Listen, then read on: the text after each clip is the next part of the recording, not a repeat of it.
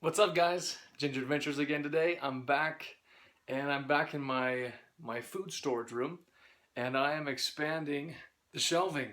And this video is about how to make food storage shelving. Check it out. As you can tell, I've already gotten started by simply laying down first the corner piece that is a 2x4. I've notched out the bottom.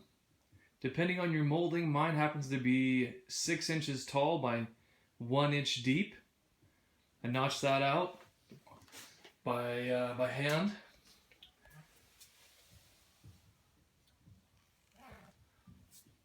I notched this one out as well.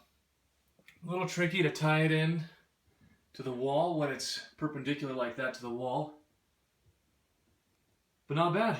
So I got 2x4s on the inside, 2x3s on the outside. Mostly just because this is a smaller shelf and I didn't think I really needed it. So this is how I'm getting started.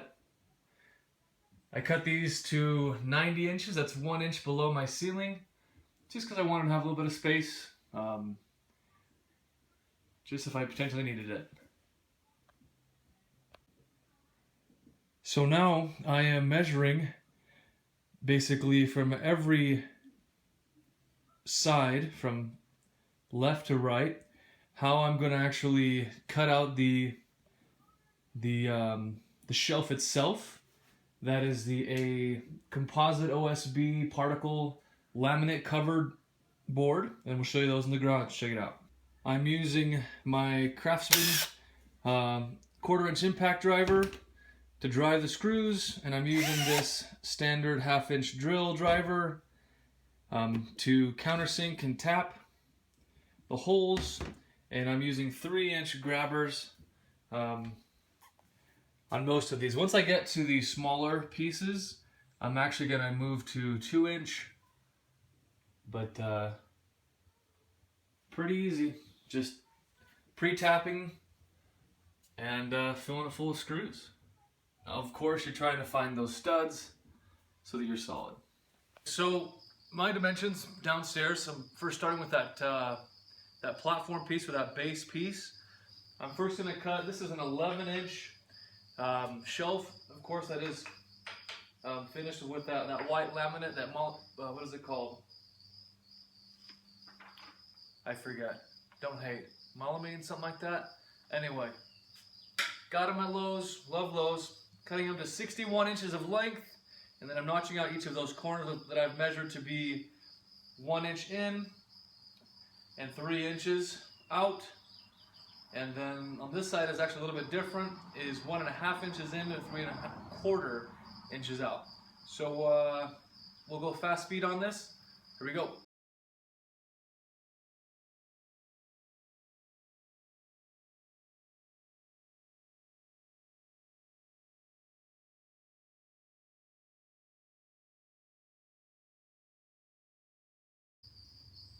I wanted to show you real quick.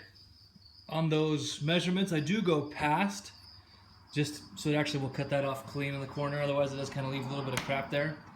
I come back with a silicone or a caulking putty that's paintable, and I fill that in so you can't actually see those at all when I finish.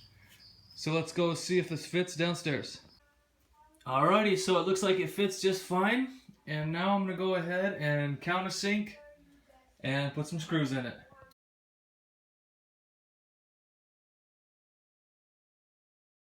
Okay, so that's coming along nicely. I know that I want my next shelf, the bottom of that, to be at 21 inches. So I'm going to go ahead and measure that, mark that, and I can then go and measure all the different cuts I have to make.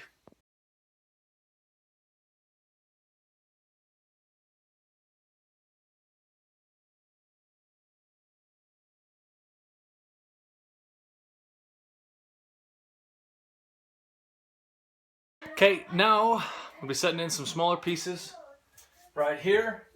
So in order to do that, I forget the official process, but essentially I'm going to be socketing or joining those with my countersink so that they meet well.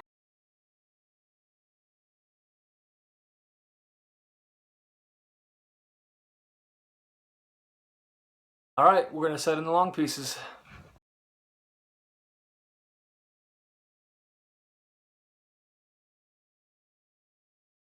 Okay, so given that this first one is actually, the backing is the foundation, I'm gonna try and put some cement screws, see if that holds.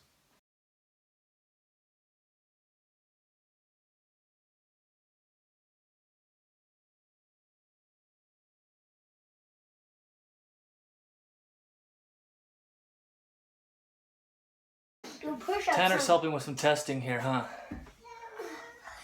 I'm gonna test if it's good. Alright, so you've basically seen the whole process of I build out the skeleton of that layer, then I cut the shelving itself according to the specific measurements, and that's how I go on up. So we'll just fast forward through it.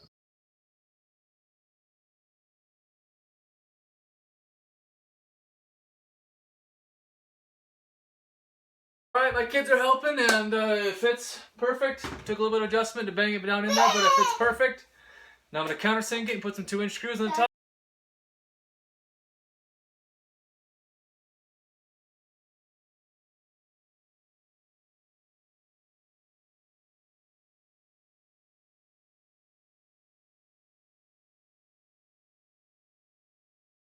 Okay, so I showed you the 2-inch screw box of grabbers, but I did use a few 3-inchers where it makes sense where I can go into a stud or I can go into a corner with some studs or a wall.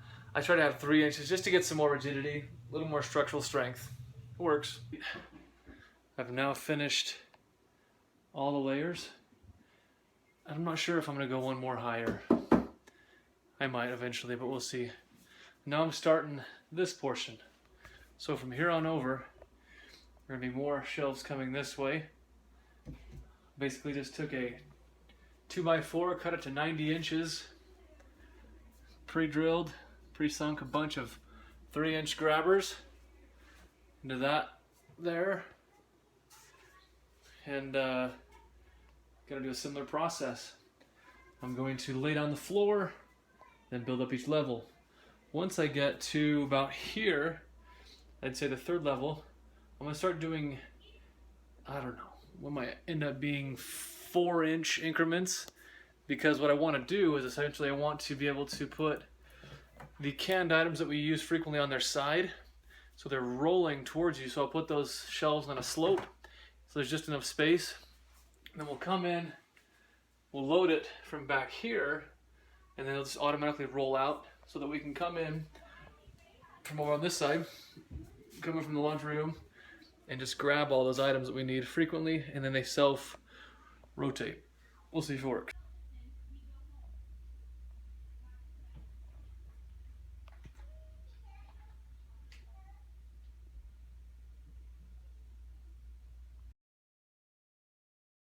Okay, now that I've got those bottom supports in place, I just draw a picture, really fancy, front of the shelf with all the different measurements of how I'm going to notch it out so that it fits perfectly in that lower spot. Now I measure it and cut it.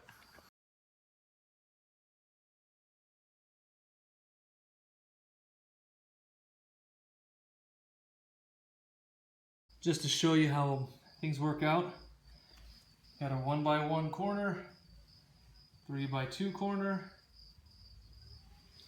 and a 1 3/4 by 2.5 corner. You'll see that I cut past.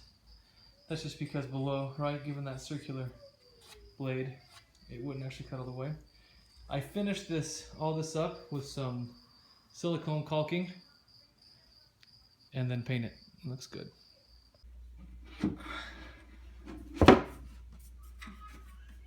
There we go. Fits pretty good. I like it. Okay, now basically I'm mirroring the measurements from the other side and going up. And again, after that 3rd, beginning, I think I'm going to start right about here. I'm going to start sloping down, and with just enough room for some cans. Alright, so check this out. I'm now attempting to do the angled shelves for the self-rotating of food storage. I've got these basically cut to length and in place. I cut them at 10 degree of slope. And now I've got the same board the shelving cut to the top, and it looks like it fits, and that's good. So now I'm gonna put a small little lip right here and a small lip along all of this, and then essentially you'll be able to come in here and set cans, and they'll just roll down to the bottom, just like that, and you'll be able to just have the freshest of the stock right there on the edge. So pretty cool. Give you a backed up view. It's looking pretty good so far. It'll look a lot better when it's colored though. Okay, so what you can see I'm doing here is I've got these on a slope so that, let me give you a demo. You can put the cans in up here, just like that. They roll down. And then there's just enough room so you have to pull it out, and then you always have the freshest of your cans. So that's kind of cool. So basically I'm just showing you what you do here. This is a little 3-inch piece at the bottom. Then you can tell that these runners are 32 1/4 at 10 degrees. This is 30-inch piece back here and 25-inch piece. And I am setting it up to where essentially I have just enough room to guide the can down. And then I'm sinking in with 2-inch grabbers. Pretty easy.